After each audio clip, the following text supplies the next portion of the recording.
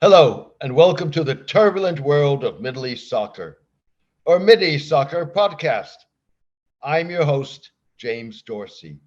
Please subscribe to my newsletter and/or YouTube channel, where you can click the notifications button for more updates. Also, allow me to thank all who have demonstrated their appreciation for my column by becoming paid subscribers. This enables me to ensure that it continues to have maximum impact. Maintaining free distribution means that news websites, blogs, and newsletters across the globe can republish it. I launched my column 12 years ago. If you are able and willing to support the column, please become a paid subscriber by clicking on Substack on the subscription button at www.jamesmdorsey.substack.com and choosing one of the subscription options. Thank you. Take care and best wishes. The glass should have been half full rather than half empty, but with a little help from its friends, Qatar has proven to be its own worst enemy in the court of public opinion when it comes to the reputational potential of the 2022 World Cup. Qatari soft power setbacks loom large, despite United States praise for the Gulf states' help in the bungled U.S. withdrawal from Afghanistan in August 2021, and its willingness to work with Europe to help the continent wean itself off Russian energy. Moreover, Qatar's ability to mitigate the impact of an almost 4-year-long United Arab Emirates and Saudi Arabia-led economic and diplomatic boycott garnered it empathy as the underdog, especially because acceptance of the two states' demands would have stripped it of its sovereignty. Moreover, Qatar has taken significant steps to address the labor concerns of human rights and labor organizations, even though it has yet to meet international standards and enforcement problems remain. It has liberalized its kafala labor regime, which left workers who constitute a majority of the population at the mercy of their employers, introduced the region's first minimum economic wage, enhanced workers' rights, and improved working conditions. Nevertheless, worker, gender, and human rights, together with alleged Qatari ties to Islamists and jihadists, continued to dominate media reporting in the final stretch to the 2022 World Cup in Doha.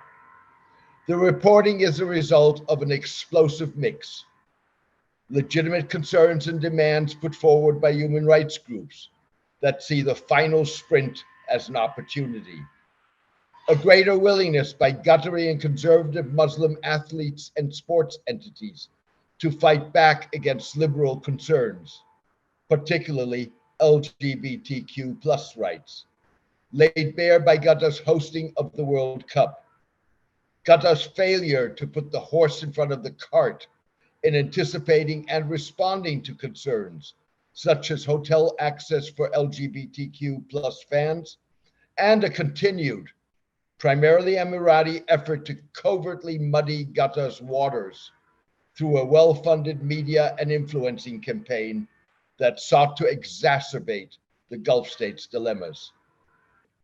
For good or for bad, Qatar has been at the cutting edge of its World Cup journey.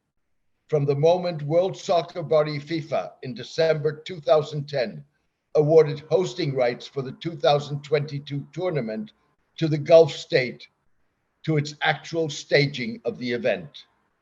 Labor rights and the integrity of the Qatari bid were at the forefront in the early days of Qatar's journey. 12 years later, labor issues still exist. They have been joined by LGBTQ plus rights, particularly as they pertain to fans during the World Cup, human and political rights, and controversy over Qatari's policies fueled by regional geopolitical rivalries. An American-trained Qatari medical doctor seeking asylum in the United States became in May 2022 one of the few if not the first Qatari national to come out publicly as gay. With homosexuality considered illegal in Qatar and punishable with years in prison, gays fear being detected or entrapped and harassed by police and security services. If exposed, they face social shaming, permanent ostracization from friends and family, and risks to their mental health. I would like to share my views with my name as a physician and as a Qatari citizen that still has parents and siblings in the country. They need to know I am one of their own and am not a Western agenda, as they refer to us, Nasser Mohammed said.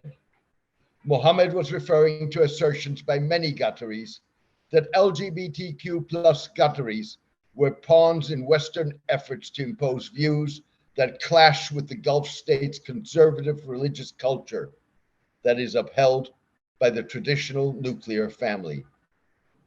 The Qatari conspiracy theory is echoed in analysis put forward by some scholars. In the first book published on the Qatari World Cup, Paul Michael Brannigan and Daniel Reiches suggest that the media and non-governmental organizations seek to gain their own soft power through strategies that simply disempower others. The scholars assert that NGOs and Western media desire to police, resist, and discipline states. Asked to elaborate, Mr. Brannigan said in an email that the authors had based their analysis on a body of research on media and international governance.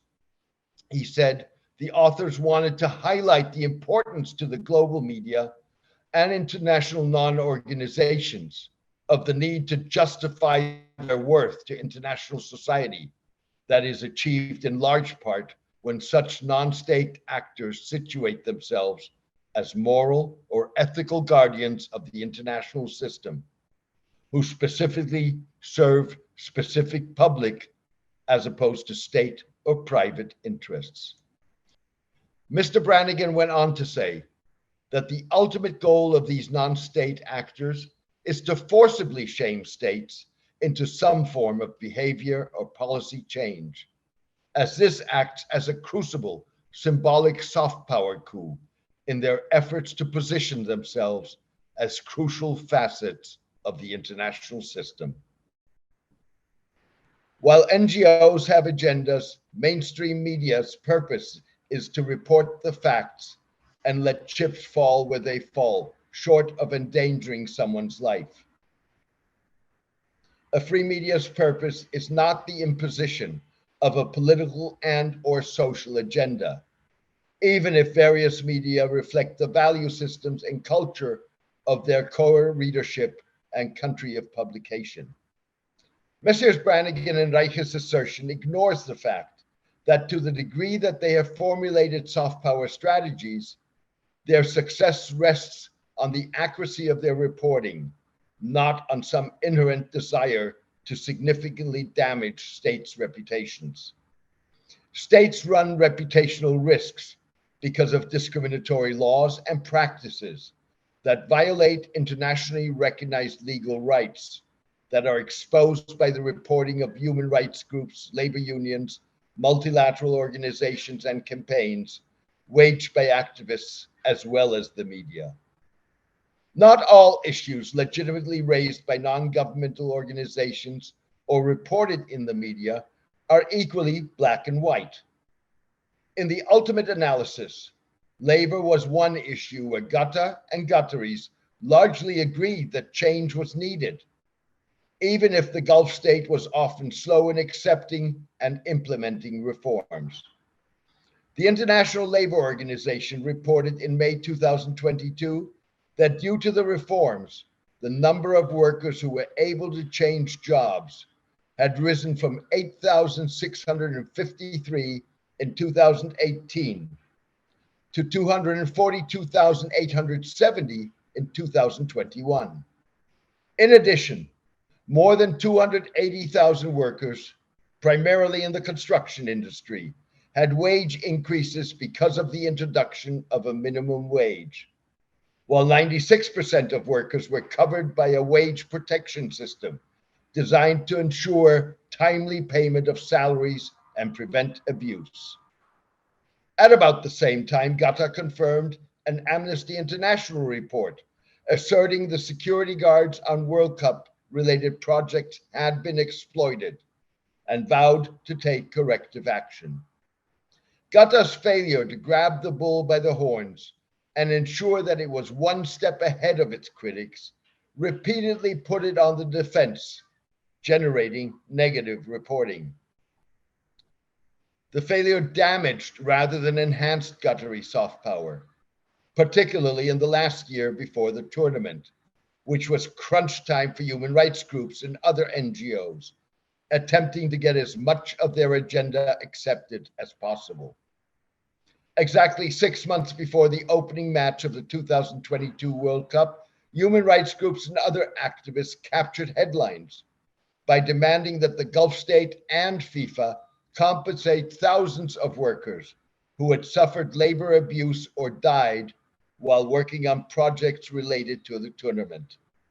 The groups and activists said the abuse included unexplained deaths and injuries, wage theft, and exorbitant recruitment fees.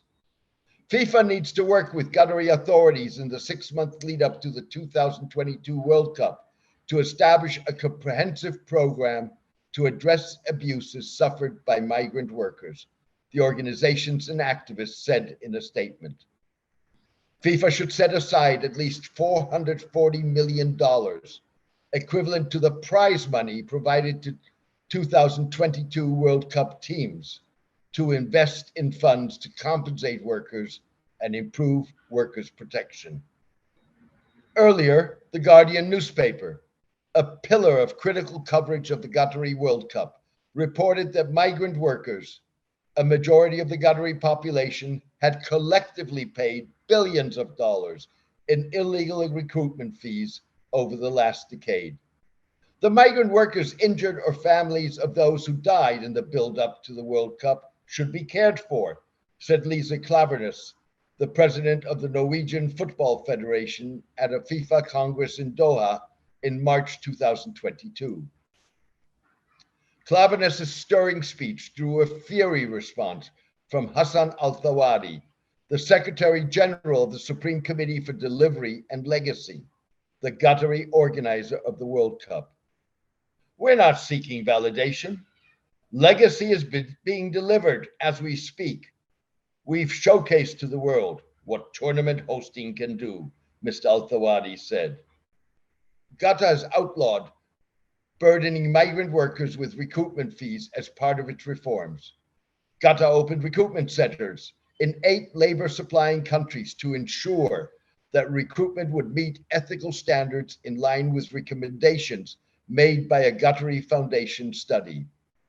The centers have reduced the risk of employment terms in workers' contracts being unilaterally changed, but have been unable to cut the leveling of recruitment fees.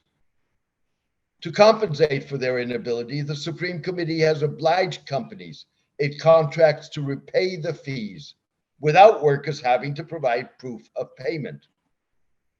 Companies have so far pledged to repay roughly $28.5 million to some 49,000 workers, 22 million of which had been paid out by March 2022. It is a step the government could have applied universally with relative ease to demonstrate sincerity and counter the criticism. Similarly, in response to complaints raised by human rights groups and others, the government could also have offered to compensate families of workers who die on construction sites, preempting the demand by the human rights groups and activists. None of these measures would have put a dent in Qatari budgets, but would have earned the Gulf state goodwill. Leaving dollar figures aside, compensation for workers is a reasonable demand that should have been anticipated, particularly given the army of American and European public relations advisors and lobbyists that Qatar, like other Gulf states, has recruited. Anticipating and being seen as taking the lead in reforms, rather than being perceived as having been dragged into them is particularly important, with polls showing that fans care about the issues involved. For example, a survey in 2022 suggested that 41% of Americans, 51% of American sports fans, and 61% of avid fans said Qatari human rights violations reduced their interest in the World Cup. The going gets tougher when differences emerge over what constitutes a right, and those differences reflect views held by a majority of the public, as is the case with LGBTQ plus rights. LGBTQ plus rights, unlike labor issues, have sparked a drawing of battle lines in the sports world between Muslim and non-Muslim executives, athletes, and commentators. Qatari officials took issue with the national football teams that publicly took a stand on labor issues. In one instance, the Danish Football Union, Denmark's governing soccer body, announced that its commercial sponsors had agreed to surrender space on training kits to allow for messaging critical of Qatar's treatment of migrant workers. The union said it would also minimize the number of trips to Qatar by the Danish team that has already qualified for the World Cup to avoid commercial activities that promote the World Cup's hosts events. Similarly, statements by seven-time Formula One world champion Lewis Hamilton and Australian footballer Josh Cavallo on LGBTQ plus rights drew strong responses. Hamilton demonstratively wore a helmet featuring the colors of the LGBT plus Pride Progress flag during the debut Qatar Grand Prix in 2021. As he came out as being gay, Cavallo said he would be scared to play at the Qatar World Cup because of the country's criminalization of homosexuality. Cavallo earned plaudits from luminaries such as legendary Swedish forward Zlatan Ibrahimovic and US talk show host Ellen DeGeneres. Former Egypt international Mohamed Abu Trika, widely considered one of Egypt's greatest footballers and a commentator on beIN Sports, Qatar's sports television franchise, asserted that homosexuality is not compatible with Islam. Mr. Abu Trika went on to say that our role is to stand up to this phenomenon, homosexuality, because it's a dangerous ideology and it's becoming nasty, and people are not ashamed of it anymore. They will tell you that homosexuality is human rights. No, it is not human rights. In fact, it's against humanity. The controversy touches on the fragile balance between a minority's right to legal recognition and protection and a society that in the majority opposes legalization. It is very jarring living here. It is traumatizing to see that you are the cause of your parents' anguish, that you are shaming your family. It is a constant onslaught, and it is killing me. It has caused irreparable damage to my mental health. I wouldn't have chosen to have been born in a place where my life is tantamount to my death. There is no prospect or future for me here, no normalcy, said Majid al-Qatari, a pseudonym for a Qatari gay, in an article published in 2011 that sparked outrage in the Gulf state. The International Lesbian, Gay, Bisexual, Trans, and Intersex Association, ILGA World, noted in a December 2020 report on state-sponsored homophobia that while there are no reported cases of death penalty being applied for consensual same-sex sexual activity in Qatar as of October 2020, there are local testimonies indicating that LGBTI people living in Qatar face an extremely hostile context. The report implicitly acknowledged the dilemma in seeking to secure LGBTQ plus rights in ways that don't further disadvantage the group in countries where public opinion and government oppose legal legitimization. Qatari officials have sought to reassure advocates of LGBTQ plus rights that Qatar would not discriminate against them or put them in legal jeopardy during the World Cup, as long as they adhere to Qatari norms that frown on public displays of affection irrespective of gender. I would like to assure any fan of any gender, sexual orientation, religion, race, to rest assured that Qatar is one of the most safe countries in the world, and they'll all be welcome here, said Nasser Al Khatta, the Qatar World Cup chief executive.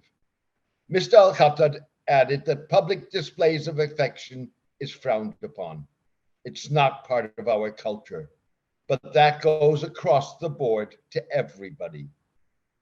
During a visit to Berlin, Qatari Emir Sheikh Tamim bin Hamad Al Thani added that we expect and want people to respect our culture. A senior Qatari security official, Major General Abdulaziz Abdullah Al Ansari, while insisting that LGBTQ plus fans would be welcome, advised them not to overtly promote LGBTQ plus freedoms by, for example, displaying the rainbow flag. If a fan raised the flag and I took it from him, it's not because I really want to really take it, to really insult him, but to protect him. Because if it's not me, somebody else around him might attack him. I cannot guarantee the behavior of the whole people, said Mr. Al Ansari, the chairman of the Interior Ministry's National Counterterrorism Committee. Qatar has done itself few favors with repeated media-related incidents involving the arrest and deportation of journalists who sought to investigate labor conditions without oversight by the authorities, as well as attempts to squash criticism. Qatar's Al Jazeera television network, whose English language service has earned praise for its professionalism, failed to report on either Mr. Hamilton or the Danish union's protests, but did show the F1 driver wearing his Pride Progress helmet without explaining what it represented. The network has, over the years, reported on labor conditions in Qatar, even if it, by the same token, has frequently given the story a pass. Nevertheless, that is overshadowed by incidents like Qatar's handling of the case of Abdullah Ibhais, a Jordanian-Palestinian Supreme Committee communications executive who opposed putting a spin on a strike by migrant workers, including some aligned to World Cup-related projects. The workers were on strike because their salaries had not been paid. Mr. Ibhais was subsequently accused of leaking state secrets and awarding a social media tender to a Turkish bidder in return for Turkish citizenship. He asserts that he was forced to sign a confession and was initially refused access to a lawyer. Mr. Ibhais was sentenced to 5 years in prison based on evidence that, according to Human Rights Watch, was vague, circumstantial, and in some cases contradictory. However, an appeal court subsequently reduced his sentence to 3 years in jail. In a statement, the Supreme Committee contended that the assertion that the changes constitute retribution for raising matters pertaining to workers' welfare is absolutely false. Mr. Ibhais' case may not be an isolated incident. In contrast to the first part of the past decade, when Qatar actively engaged with its critics, including human rights and labor activists, it now seems to feel that it has done its bit with the reforms, and it's time to control the narrative in ways that may do more damage than produce benefit. An investigative report by Associated Press described in February 2022 how Qatar paid more than $10 million to a company staffed by former CIA operatives to silence criticism from the head of German soccer. At the same time, Qatar continued to be dogged by its links to Islamists as well as jihadists. Most recently, a U.S. court case and a federal investigation put Qatar's alleged ties back in the spotlight. Family of Stephen Sutloff, an American journalist beheaded in 2014 in Syria by the Islamic State, assert in a lawsuit that prominent Qatari institutions wired $800,000 to an Islamic State judge who ordered the murder of Mr. Sotloff and another American journalist, James Foley. Separately, federal prosecutors have been investigating potential ties between militants and Khalid bin Hamad Al Thani, a half-brother of Qatar's emir. The investigation focused on whether Mr. Al Thani provided money and supplies to Al-Nusra, Al-Qaeda's branch in Syria.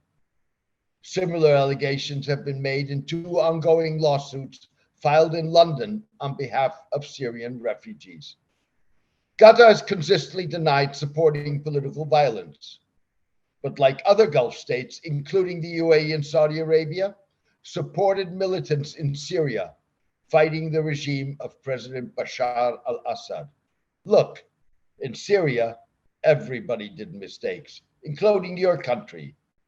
Hamad bin Jassim Al Thani, Qatar's former prime minister and foreign minister, said in a 2017 interview. He insisted that Qatar had never intentionally funded extremists in Syria and had cut off funding to any group it learned that had another agenda. Controversy about Qatar's hosting of the World Cup has been distorted by blurring of what constitute legitimate issues, including human, media, labor, and LGBTQ+ rights, and the integrity of the Qatari bid, bias and prejudice, and sour grapes, cloaked in questions about Qatar's size, climate, and soccer legacy, and information warfares waged primarily by the United Arab Emirates. While there was good reason to question the integrity of the Qatari bid, the fact of the matter is that Qatar was caught in the hot seat at a time that corruption in FIFA was being targeted. Discussion about the bid was partly driven by the Gulf states' willingness to invest far more than its competitors to win the hosting rights and stage the tournament. The debate failed to recognize that, unlike other tournament hosts, Qatar's sporting strategy was not simply intended to boost nation branding. It was part of a much broader soft power effort that aims to ensure that the international community has a stake in coming to Qatar's rescue in case of an emergency, much as it did in 1991, when a US-led coalition that included Arab states forced Iraqi troops to withdraw from Kuwait. With a citizenry of only 300,000, Qatar cannot defend itself against a conventional attack, irrespective of how much sophisticated weaponry it acquires. Qatar's soft power strategy involves, besides sports, a fast-paced, mediation-driven foreign policy, the creation of a world-class airline and air traffic hub, hosting of the most extensive US military base in the Middle East, sponsorship of high-profile museums and arts events, and acquisition of eye-catching real estate and investment in multinational blue chips.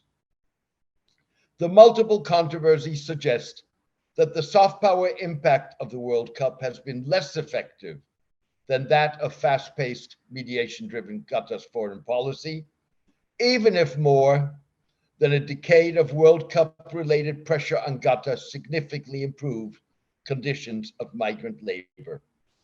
Assuming Qatar pulls the World Cup off without major hitches, the Gulf state will likely benefit from its demonstrated ability to host a mega event.